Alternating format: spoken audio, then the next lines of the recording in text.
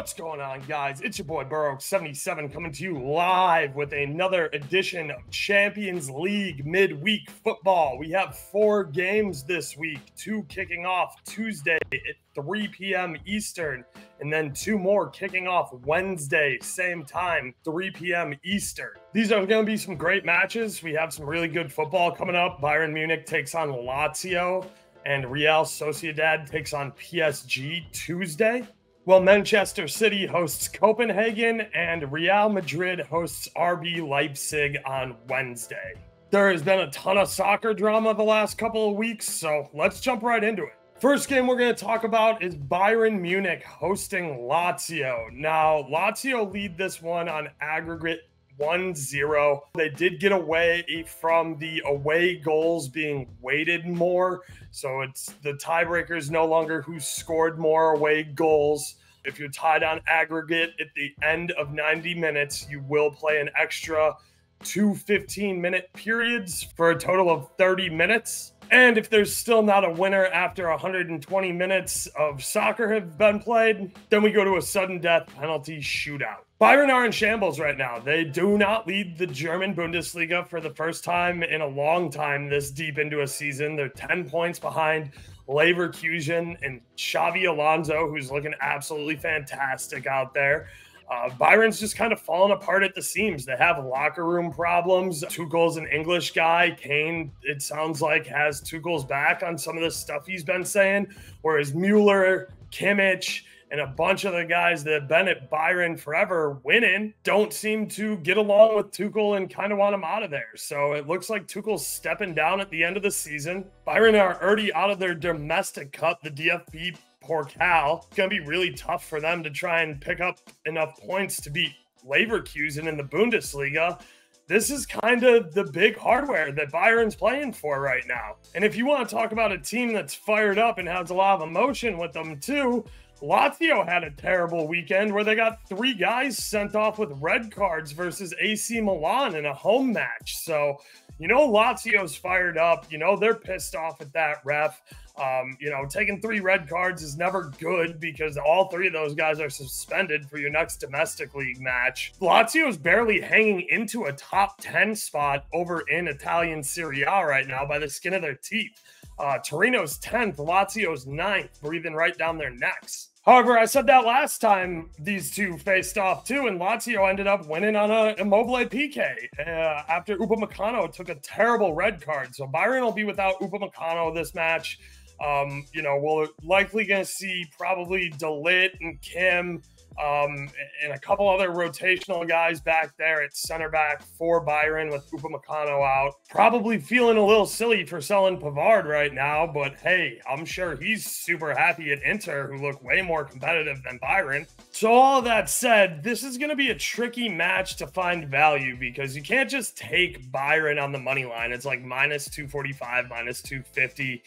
Minus 300 in spots. So how do you find value out of this match if you're trying to back Bayern? I would go with the under. I know Bayern's got their back against the wall. They're down 1-0 on the aggregate, but Tuchel and these guys just have not been playing fast, loose, and goal-scoring football. So I think they try and grind out a 1-0, a 2-0, you know, a little 2-1, you know, maybe this requires some extra time. Bayern aren't going to get shut out in their own building, though. Like, that's the thing is Lazio, yeah, they're a defensive Italian team that has good tactics, and they can frustrate you and make you take fouls and try and get under your skin and play head games with you. Bayern's not going to fail to put up a goal here in the Allianz. That's just not going to happen. These supporters are way too rowdy. This building's going to be electric, so I think Bayern's getting in the bag of that mandatory once. If they get blanked for 2 games, then you can't blame the coach and you can't blame the players. The board needs to take a good hard look in the mirror and step down because they're the ones who decided to fire Nagelsmann when he had them, when he had Bayern in the running for 3 trophies last year when they sacked him. The other way you can go is you can hope that Bayern and the players on Bayern have gotten the message loud and clear. We're not good enough. So we need to come out and make a statement here. And you can take Bayern. I think their first half team total goals over 1.5, sitting at plus 230 is a really good number. I think it's really going to be really difficult to get two past Lazio in the first half. But if there's anywhere you're going to do it, it's going to be at the Allianz on a European night. Like I said, I think Lazio is just going to kind of try and grind and protect the lead and park the bus here. So, you know, a 1-0 Bayern lead, a win with extra time would not surprise me at all. So I think win to nil if you're trying to back Bayern that way in the unders isn't a bad call either. Minus 105 over on Caesars. The Asian handicap, let me pull up a quick chart for you guys before I keep going on with this.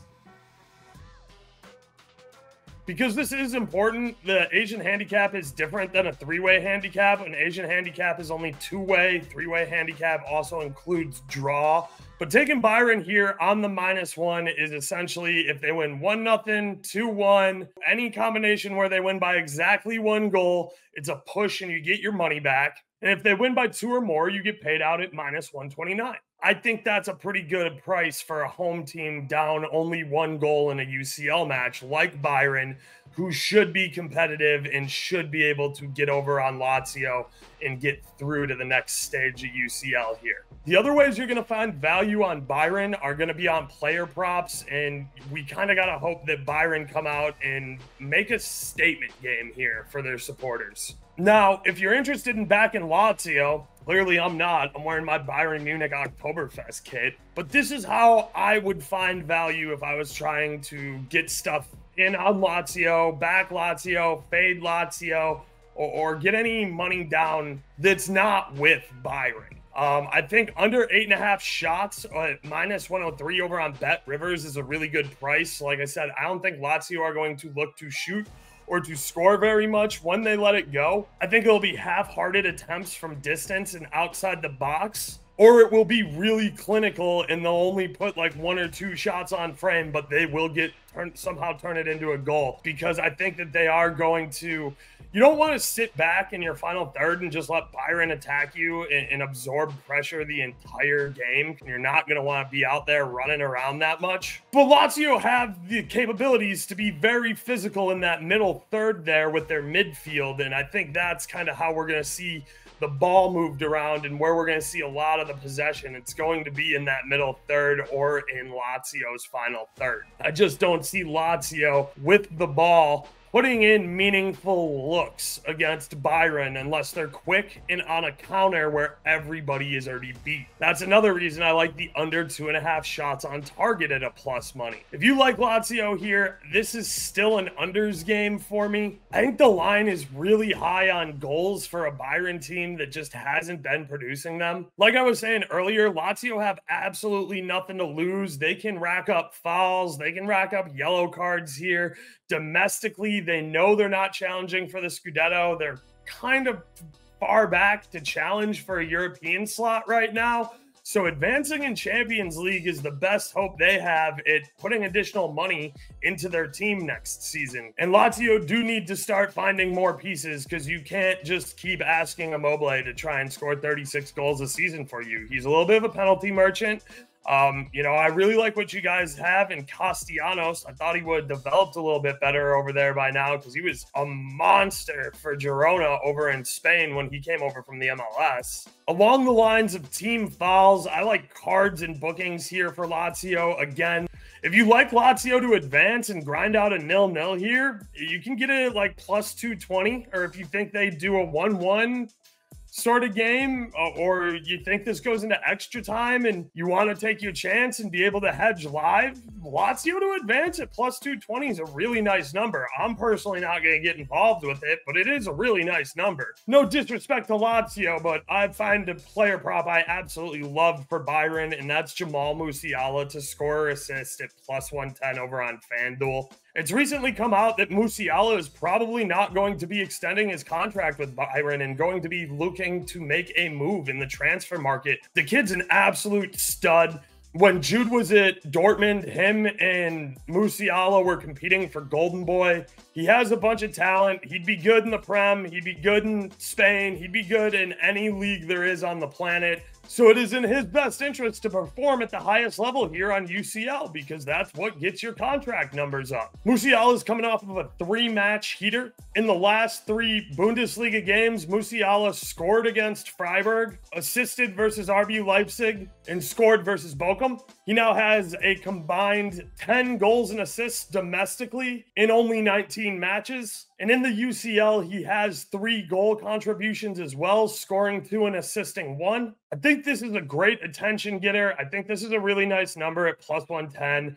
I would like to see plus 125 feels a little better to me, but I'm fine playing this as long as you're getting a plus sign on it. I think that it's really smart for Musiala to say that, hey, Bayern, if you don't get this club together, I'm not going to be interested in staying here for a long-term project. And scoring or assisting in the UCL is not only going to help you personally get more money, Bayern want you to do that too so that your release clause can continue to stay high. And when they sell you on in the transfer market, they now have more money to go back and reinvest. Anyway, Jamal Musiala, total stud. To score or assist, plus 110 at home in the Allianz feels criminal. Moving right along, we're going to talk about some shot on target prices. A couple of them are a little out there.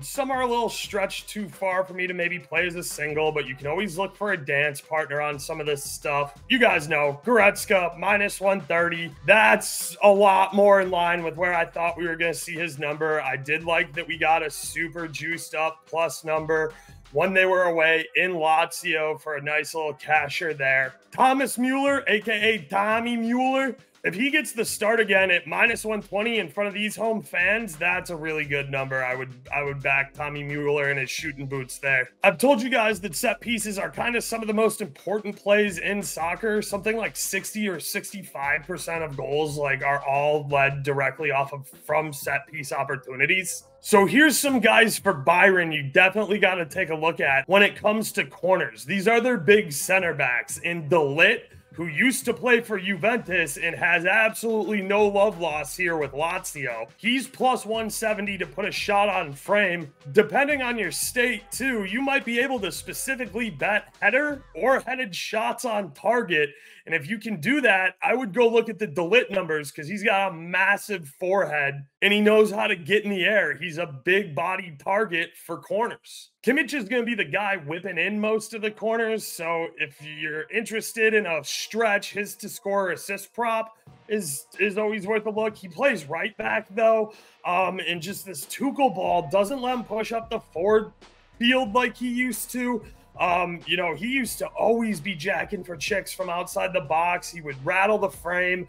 He could go direct on net from free kick. He could shape the hell out of the ball and hit some absolute worldies. I just think he's got the shackles on him with this Tuchel ball. He hadn't been doing it this year. Last but not least, another giant dude from the Italian league that is familiar with Lazio, and that's Kim. He doesn't do it a lot. That's why the number is plus 450. I want you guys to go into this knowing that, he maybe takes 12 to 15 shots a year. That's not his game. That's not what he does. But again, if you rack up corners and you're playing this nasty Italian squad who's got nasty defense, you should be looking for your nasty Italian defenders you paid over 100 mil a piece for, who are colossal, and just have Kimmich plant the ball right on their forehead so they don't even have to move and it's in the back of the net. I know it sounds really simple, but just do it, Bayern. Just do it. That's what's so frustrating about this Bayern squad is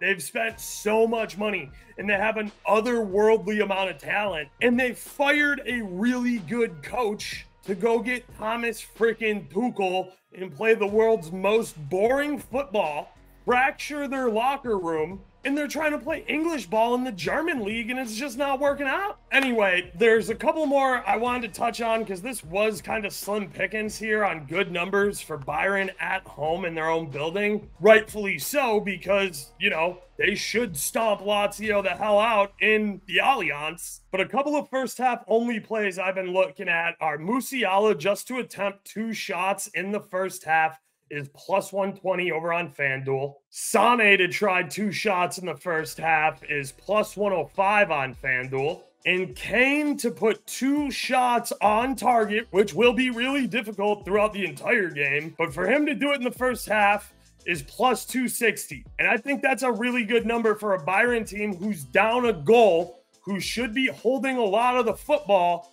So just like get it in there to Kane and let him do his thing, you know, where he finishes 35 to 40 goals a season. You know, his numbers are a little bit inflated because of the penalty kicks he was taking. But I mean, the guy, if you get him the ball in space, he finds the back of the net. That's never been an issue. So I think those are some really good numbers on first half only stuff if you're into those kind of plays. So we'll keep it on moving over into our next match, which is Real Sociedad versus PSG. PSG lead on aggregate 2-0. Sociedad is not playing well at all domestically in Spain, and I don't think that they can turn this around.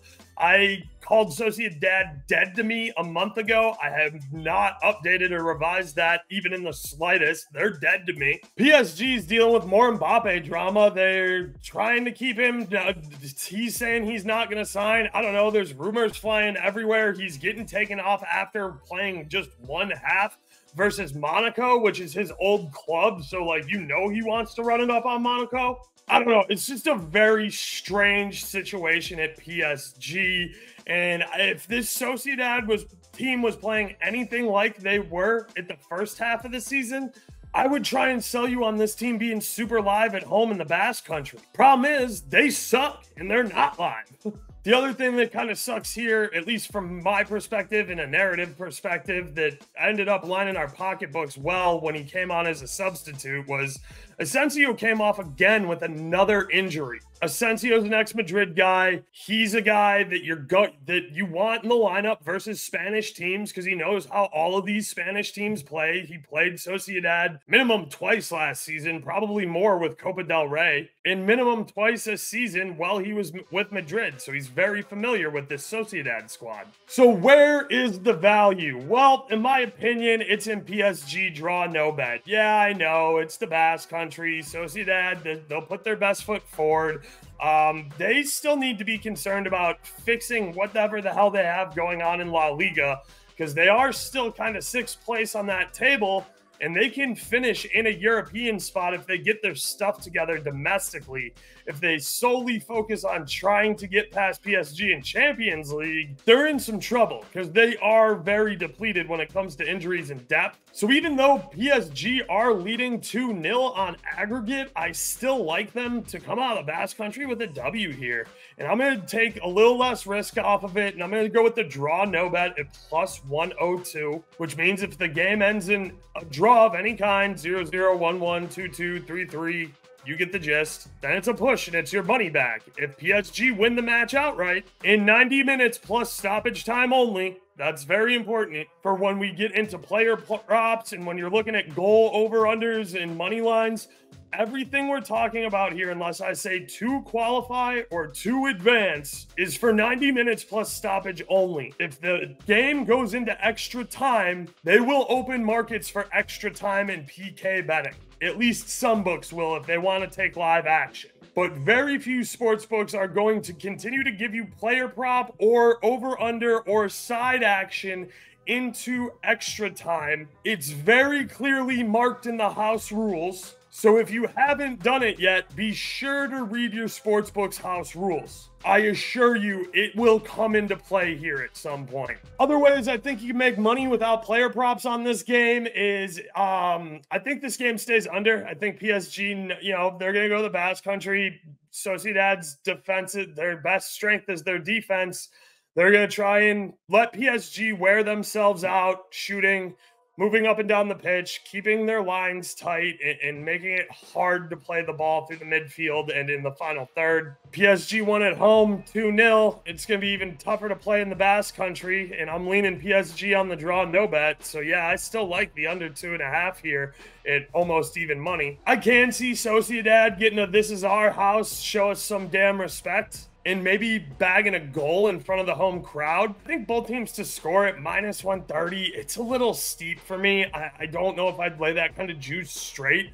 because I'm really not positive Sociedad's going to find their way into the back of the net. And if you really think Sociedad's not going to find their way in the back of the net, PSG to win to nil is plus 320 over on Caesars. That's a great price. And if you want to bring the 0-0 into play, the draw's plus 250, or you can take PSG to keep a clean sheet, which 0-0, your keeper didn't allow anything. That's still technically a clean sheet. And that's the difference between clean sheet and win to nil, just so you guys know. Personally, I'm probably going to have my money here on the draw no bet. I might dabble in the under a little bit. I might take a flyer on the win to nil.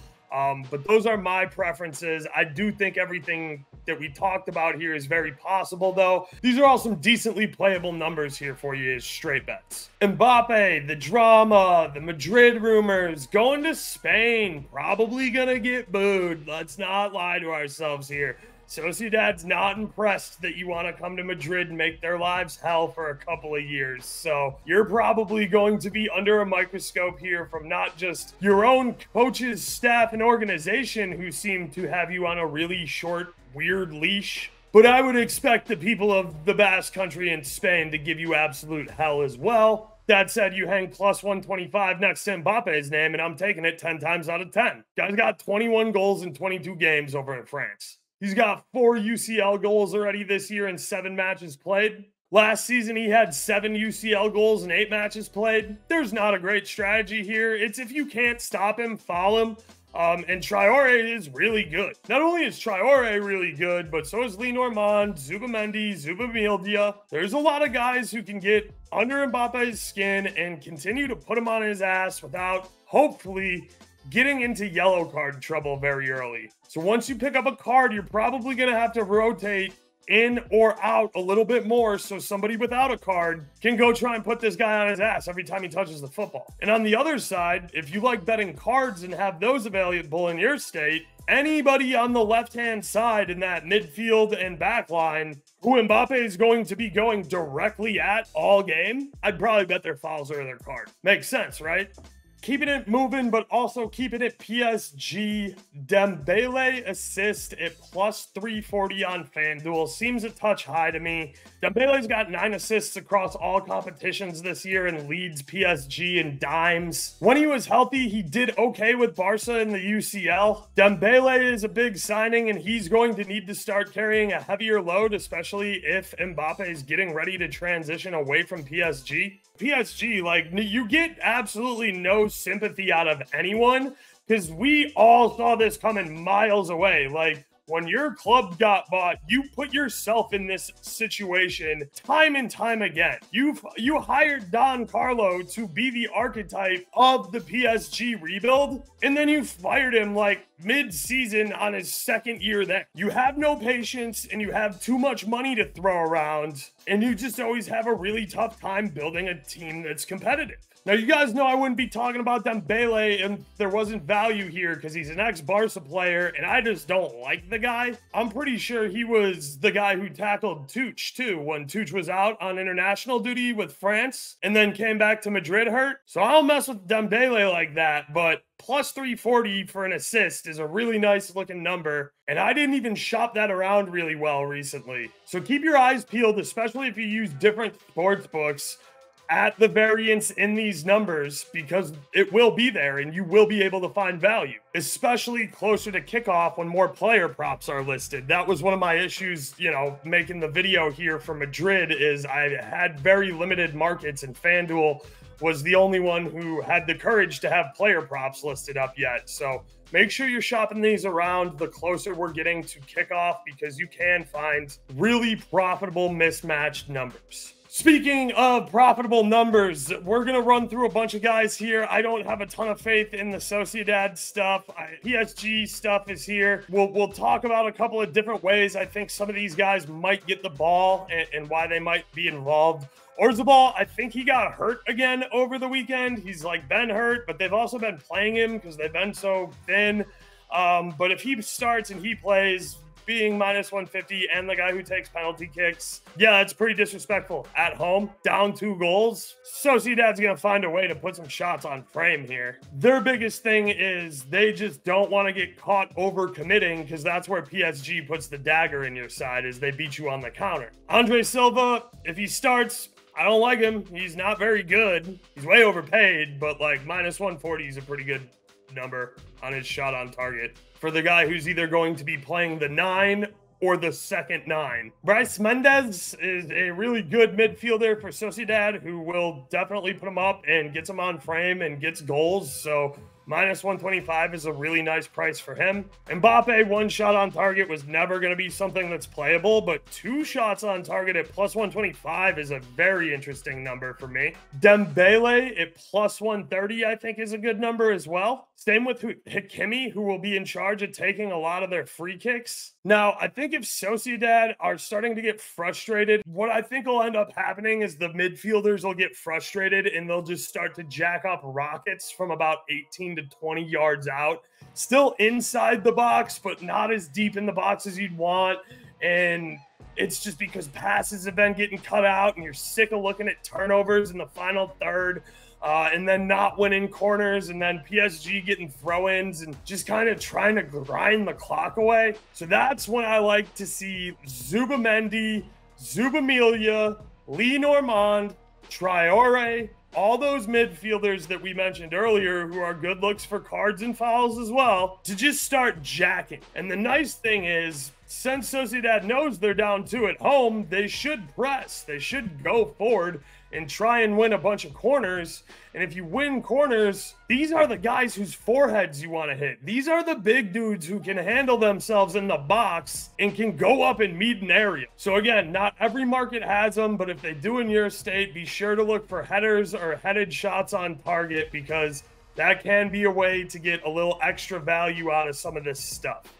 All right, ladies and gentlemen, you can pause it there and come back Wednesday if you like. Otherwise, we're going to keep on rolling into this Manchester City versus Copenhagen match. Again, this is for Wednesday, kicking off at 3 p.m. Eastern. Lineups will be out no later than 2 p.m. Eastern. City lead this one on aggregate 3-1. City should run riot here, but Pep could always be Pep and play passive or just not run up the score. I don't know. It seems like in your building, though, even in the UCL against weaker competitions, you like to come out standing on the gas, try and get 2 or 3 goals, sub people off, and just get the heck out of there. That's how I would play it. That's what I see the value at, and that's what I would do if I was Pep. Pep doesn't always do the smartest thing or the thing that I would do, though, so be careful, be cautious, just make sure you're playing within your means and gambling responsibly, because it is easy. Not so much in this match, but every round from here on out, you're going to start seeing better and better prices on guys up for Man City that are normally completely unbettable for me. Like, you'll find Haaland and KDB prices at actual bettable numbers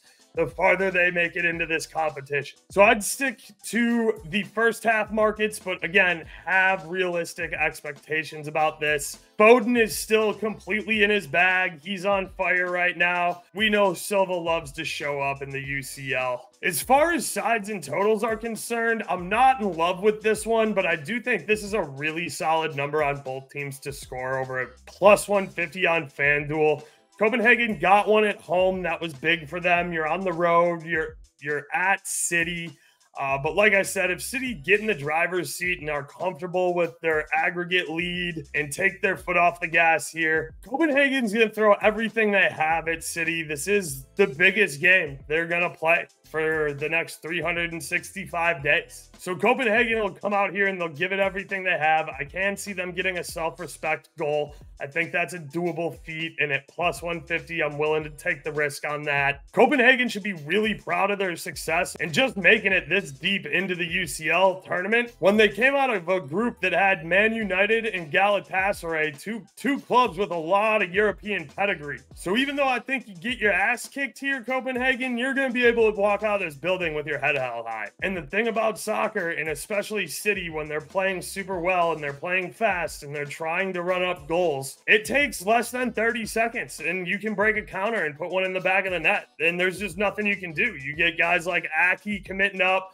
to try and get headers from the edge of the box, or you get Rodri who misses a tackle and a pass gets through, and you're going man for man on the back line. You get some support. Counter can happen at any time. So I like both teams to score here a lot for plus 150. Phil Foden stays hot. He stays in his bag. We're going to take his anytime goal scorer as long as he's in the starting 11. He's scored for us on the reverse fixture. He has 3 goals in his last 2 games. If you're a parlay guy and you like to do multiple things across multiple sports all day long after you check lineups, I think his to score or assist number definitely has value at minus 135. It's a little too much juice for me to lay on a straight bet, but it's a piece because Foden's already got 10 dimes this year, 7 in the EPL and 3 in the UCL. So it wouldn't surprise me that even though the ball's kind of running through Kevin De Bruyne right now, that Foden might find his way into the end of an assist as well. But I like him to score a lot more. I think that he does a good job positioning himself. And if Haaland's first ball doesn't go in, Foden's always there to clean up that greasy second shot and even third shot. So for me, Foden's the guy that the ball likes to fall to, and he doesn't rush when that happens, and he slots it home. Hate to give him so much praise too, because he's English and he's on City, but like he's very good. So very comfortable giving you guys his anytime goal scorer at plus 165 over on FanDuel. As far as shots on target prices go, it's mostly going to have to be first half stuff. So you're going to get the lineup, you're going to know who's going to be in. If City starts running it up and this game's getting out of hand, like guys are coming off right after halftime. And if not right after halftime, at 60 minutes. You would have to sell me on taking somebody from Copenhagen, shots on target, stuff like that. What I will say is that if City come out standing on the pedal like they should, Silva in the first half to take 1 shot, 2 shot, or 3 shots is listed at minus 150 for 1, plus 380 for 2, and plus 1600 for 3. This all kind of depends who's in that middle line behind Haaland on the lineup and where Silva's playing. If he's playing all the way out on the far right wing, I love this. He's gonna shoot. Shooters shoot from there. That's your job as a winger, is if Haaland's not there for the cross, shoot the thing. If Alvarez is playing and Silva's slid inside, that means he's playing more of a defensive midfielder role, and I would probably back off of the shots play. Grealish is out too, from what I've heard. Just make sure you're taking a quick look at this lineup before you go throwing money down on all these plays. And you shouldn't throw money down on everything I have listed here either. These are just different talking points we're going through of stuff I think has value. And if you like and watch soccer, you'll probably think that it has value too. If I'm taking Foden's goal, chances are good I like his first half shots as well. 2 shots is minus 115. 3 shots is plus 290. KDB, we know he likes to jack for chicks too. 2 shots for him in the first half is plus 115. 3 plus is plus 380. Again, these are all first half numbers because full game numbers are completely unbettable for City, and I see a lot of guys coming off at half anyway. A first half Foden shot on target, plus 115. A first half KDB shot on target, plus 185. A first half Alvarez shot on target, minus 105. Those are names and numbers I can get behind. It stinks that we're limited to the first 45 minutes, but I can't put minus 400 legs in my parlay. I don't care how good the player is. Because there will be days where the pitch just doesn't tilt your way. Maybe you got a lockdown defender on you and there's other people open, so you're never getting the ball. Or maybe somebody's really bad on the other side of the pitch and because of an injury or a substitution, and then the ball never makes its way back over to your side of the pitch again either. So just be careful. Don't overexpose yourself. Don't ladder everything all the way to the max. But these are numbers on players who caught my eye that I think are very playable as straight bets. Yeah, we're talking Madrid now, so I'm gonna do the full kit change. You know I gotta represent the club. Hola Madrid, we out here. We are about to put foot to ass on RB Leipzig. We had a really tough match where once again another La Liga ref makes a complete embarrassment out of our league, sends Jude Bellingham off with a red card for dissent, and ended the match while a cross was midair that Bellingham ended up finishing in the back of the net. Spain, man. I'll tell you, I cover it every week with BetUS, and it's tough. Referees have a hard job. I understand that. Just do it as fairly as possible. Just manage the game, and if you call it one way, call it the same exact way going for both teams. That's it. Just be that decent. And it's not just Spain either. There's problems. You know, everybody's got a gripe with some referee situation. Madrid lead this on aggregate 1-0. We are working on our 15th title right now, and that starts with taking advantage of RB Leipzig, who absolutely suck on the road. They are 5-2-5 in the Bundesliga this year on the road. They are 2-0-2 this year in UCL on the road, and I would not want to be on the other end of mad Jude Bellingham and Vinicius Jr. right now, because who the hell is stopping them? There's no La Liga rep here. Jude's not allowed to play his next La Liga match, and Vinny's still Mr. Ice in his veins. So I guess my question is, who the hell is stopping that duo right now for RB Leipzig? There's not a pair, there's not a trio, there's not four guys in the combination of the midfield and back line who, when we overload the left-hand side and then we got Rodrigo and Fetty over there free on the right for the field switch, you got nothing. You got absolutely nothing for that. Madrid, an over 1.5 total goals. It's a pre-made. It's under the game parlays tabs on DraftKings. If you're scrolling through stuff to look at, it's a pre-made parlay. It tends to be the best price on the market. Sometimes you can build it out yourself on different sports books and save about 5 to 10 cents on the dollar.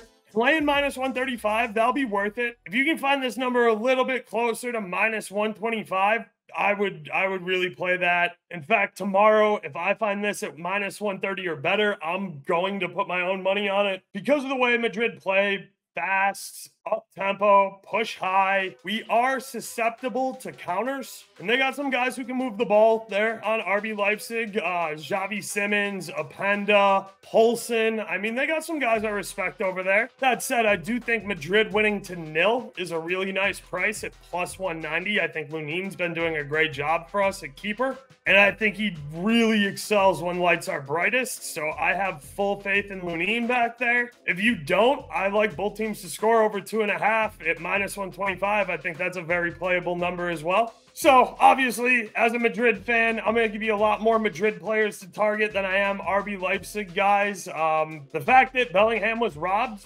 over the weekend and he's plus 140 for a goal, that's a no-brainer layup to me. Bellingham to score assist minus 135. Again, a little bit juiced for me to play straight, but what do you know? That might pair well with a Foden to score assist. I don't know. Vinny, anytime goal scorer plus 140. Love that number. Rodrigo to score assist minus 115. Love that number. Brahim Diaz, if he starts and plays to score or assist, minus 110. Love that number. Fetty, remember how I said he hangs out on the right for when we switch field? Like, you know, oh man, we're super overloaded here on the left. What's going on? Oh, that's right. They also have two fastest lightning dudes over there on the right. Yeah, Fetty's to score or assist at plus 165 seems kind of disrespectful even for a midfielder. And then Tony Cruz, you know, the guy who's over 90% pass accuracy on long balls for his career and has more line-breaking passes than anybody on the entire planet. Also, nasty lethal from free kicks when he takes them. I really like his to score or assist at plus 180. The RB Leipzig kids to target. Mind the graphic. Sesko came over from RB Salzburg, and actually so did Openda. But, like, it was incredibly hard to try and find PNGs of these guys in not just their kit, but, like, full-body PNGs where, like, I don't have to edit out the backgrounds and, like, spend a couple hours working to get these nice little cutout images. So that's why you have 14-year-old Sesko staring at you right now.